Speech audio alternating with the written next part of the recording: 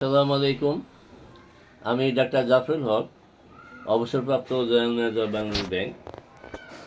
আজকে 3রা মে 2026। আমার অনেকগুলি সাকসেসফুল পেশেন্টের মধ্যে আজকে আরও একটি আঁচিলের পেশেন্ট, যার হাত ভরা আঁচিল ছিল এবং আঁচিলগুলো খুব ভয়ঙ্কর ছিল এবং ঘাযুক্ত ছিল। ওনার খুব কষ্ট হচ্ছিল। তো সেটার প্রথম যখন আমার কাছে আসে সেটার ভিডিও আছে, পরবর্তী যখন একটু কমে আসে তার ভিডিও আছে, এবং বর্তমান তার ওইটা থেকে মাত্র একটা আঁচিল আছে, সেটা আজকে ভিডিও হচ্ছে। তো এটার উদ্দেশ্য হলো যে অনেকে প্রশ্ন করে যে আঁচিল তো যায়, কিন্তু এরকম বড় বড় অনেক চ্যাপ্টা, অনেক কঠিন, অনেক ভয়ঙ্কর আঁচিলও যে ওষুধের মাধ্যমে যেতে পারে, এটা তার একটা প্রমাণ। এবং তার আরও অনেক সমস্যা ছিল, তার জ্বর টর থাকতো, প্রায় বিভিন্ন অসুখে উনি আক্রান্ত হইতো। এখন আগের চেয়ে ওনার চেহারা সুন্দর হয়েছে। তার নাম হলো, তোর নাম জানি কি? ফরহাদ। ফরহাদ। ফরহাদ বাড়ি কোথায়, দেশের বাড়ি? আচ্ছা, তোমার পরিচয় বলো, তোমার নাম তুমি নিজে বলো। লক্ষ্মীপুর। হ্যাঁ, তোমার নাম বলো, গ্রামের নাম বলো, তোমার সমস্যা বলো। জি। ফরহাদ, লক্ষ্মীপুর, কমলনগর। আচ্ছা, তোমার কী ছিল সেটা বলো। আসলে এটা ছিল, এটা ভালো হয়ে গেছে, এখন এটা মোটামুটি আছে, আর সবই ভালো হয়ে গেছে, আরও আসলে এটা। এবং এই যে হাতে যে এই যে কালোগুলা, আমি প্রত্যেকটা রুগীর বলি যার এই সমস্ত যত কালো তার সমস্যা তত বেশি। তো আমার প্রথম যে ছবি তোলা আছে সেখানে এটা অনেক বেশি কালো ছিল। সেকেন্ড টাইম যখন আবার ছবি তোলা হয়, সেই কালোটা আরও কমে যায়। এবং বর্তমানে এই কালোটা একবারই কমে গেছে বলা যায়, প্রায় সেম কালার চলে আসছে, একটু সামান্য একটু আছে। এবং তার চেহারা আগের ছবি আর তার তোলা আছে, এবং তার চেহারাও আগের থেকে সুন্দর হয়েছে। এবং প্রায় তোমার জ্বরে আক্রান্ত হয়ে যায়, তাই না? আচ্ছা, যাই হোক। তো এই এই যদিও বিয়েটা আঁচিল শুধু, কিন্তু তার অনেক সমস্যা ছিল, সেখান থেকে আল্লাহ মাফ করেছে। এবং হোমিও চিকিৎসায় শুধু আঁচিল না, এখানে দেখা যাচ্ছে যে যাদের ব্রেন টিউমার, ব্রেনের মধ্যে সিস্ট, ব্রেন টিউমার হয়ে গেছে, আমার এখানে অনেক সাকসেসফুল পেশেন্ট আছে, যার নাম ছিল রেহনা, বাড়ি হলো বরিশাল বামনিরপাড়া। তাকে বলা হয়েছিল যে অপারেশন ছাড়া সুস্থ হবে না, এবং সে তার বমি এবং মাথা ব্যথা ভালো হচ্ছিল না। এই ওষুধ খাওয়ার পরে আল্লাহর রহম তার বমি এবং মাথা ব্যথা ভালো হয়ে যায়, এবং 4 মাস পরে সে আবার এমআরআই করে, সিটি স্ক্যান করে, এবং দেখা যায় যে তার ব্রেনের সিস্ট ভালো হয়ে যায়। এরপর আরও অন্যান্য রোগী হতে পাওয়া যায়, স্ট্রোকের পেশেন্ট, যার নাম ছিল আলামিন, যার বাড়ি ছিল ব্রাহ্মণবাড়িয়া।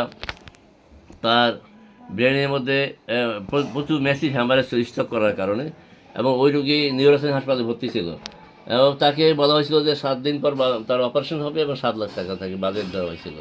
তো তার এক ভাই মসজিদে ইমাম, ওই ইমামের বন্ধু আরেক হুজুরের মাধ্যমে আমার সন্ধান পায়।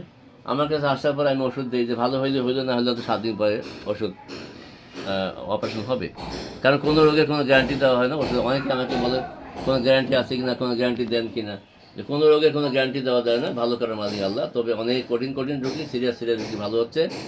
তো সেই আলামিন ওষুধ দেওয়ার পরে আমি তো ভুলে গেছি, 1 মাস পরে সেই আলামিন আমার চেম্বারে আসে এবং আমাকে বলে, আমি সেই আলামিন, বাড়ি কোথায়? আমাদের ব্রাহ্মণবাড়ি কসবা। আমি যে নিউরোসায়েন্সে ভর্তি ছিলাম, আমার ব্রেন অপারেশন করা ছিল, আর অপারেশন লাগেনি, আমি সুস্থ হয়ে গেছি। এবং সেই আলামিন এখন সৌদি প্রবাসী, সৌদি আরবে আবার চাকরি করতেছে। তো এভাবে একটা বা একটা বললে অনেকগুলো বলা যায়। তারপরে এমন রুগী আছে যে ডায়ালিসিস করার পর 21টা ডায়ালিসিস নেওয়ার পরে ওনারা ডায়ালিসিস চলে না, ফিস্টুলা করা হয়েছিল, ফিস্টুলা কাজ করতেছিল না। সেই রুগী 9.40 নিয়ে আমার কাছে আসে, এবং সেই রুগী বর্তমান 1.5-2 বছর যাবৎ আর ডায়ালিসিস লাগে না। ওনার নাম হলো আব্দুল কাদের জিলানী, বাড়ি হলো চাঁদপুর মতলব না। যাই হোক, এভাবে আরও রুগী আছে, যেমন ধরেন যে জ্বরে হতে টিউমার, জ্বরে হতে সিস্ট, বাচ্চা হচ্ছে না, সেই টিউমার ভালো হয়ে সিস্ট ভালো হয়ে বাচ্চা হয়েছে। আবার দেখা যাচ্ছে যে বাচ্চা 7 মাস হলেই অ্যাবর্শন হয়ে যায়। এইভাবে 17 বছর 16 বছর চলে যায়, বাচ্চা হচ্ছে না। এরপর আমার কাছে আসার পর 17 বছরের বেলায় তারা কন্যা সন্তানের জননী হয়েছে। আবার দেখা গেলো যে কোনো সমস্যা নেই, অথচ বাচ্চা হচ্ছে না, সেটা বাচ্চা হয়েছে বিয়ের 11 বছর পরে বা 16 বছর পরে। এরকম আর কি, প্রতিটা ক্ষেত্রেই আমি আল্লাহর রহমতে বিশেষ সফল এবং সাকসেস হচ্ছি। তো এইটার পিছনে আমাকে অনেকে বলে যে আপনি যে বলেন বাংলা ব্যাংকের জেনারেল এত বড় পদে থেকে আপনি কীভাবে এই পেশায় আসলেন। তো এইখানে লাকিলি পিছনে আমার বড় ভাই বসা আছে, ডাক্তার ফজলুর রহমান। উনি পাকিস্তান আমল থেকে প্র্যাকটিস করতো। উনি দিনাজপুরে, আমার বাড়ি দিনাজপুর ট্রেনটির সামনে তার চেম্বার ছিল। এবং আমার হোমিও পরিবার জন্ম, আমার বাবাও পাকিস্তান আমলে হোমিওপ্যাথি এবং অ্যালোপ্যাথি দুইটাই করতো। এবং তার কাছ থেকে আমার বড় ভাই থেকে আমি, এবং আমি যখন রাজশাহী ইউনিভার্সিটির ছাত্র ছিলাম 80 থেকে 87 পর্যন্ত, হলে থাকা অবস্থায় বন্ধু বান্ধব কারো কিছু হলে আমার একটা প্রাইমারি বক্স ছিল, সেটা দিতাম। সেখান থেকে আমাদের কখনও এই ইউনিভার্সিটির মেডিকেলে যাওয়ার দরকার হতো না, আমার ফ্রেন্ড সার্কেলে যারা ওষুধ খেয়েছে।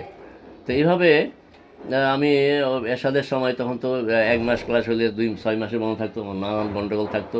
তো বড় ভাই চেম্বারে আমি বসতাম, দেখতাম যে 6 মাস যে রুগী 6 মাস আগে ঘাড়ে করে নিয়ে আসছে, 6 মাস পর সেই রুগী হেঁটে হেঁটে আসতেছে।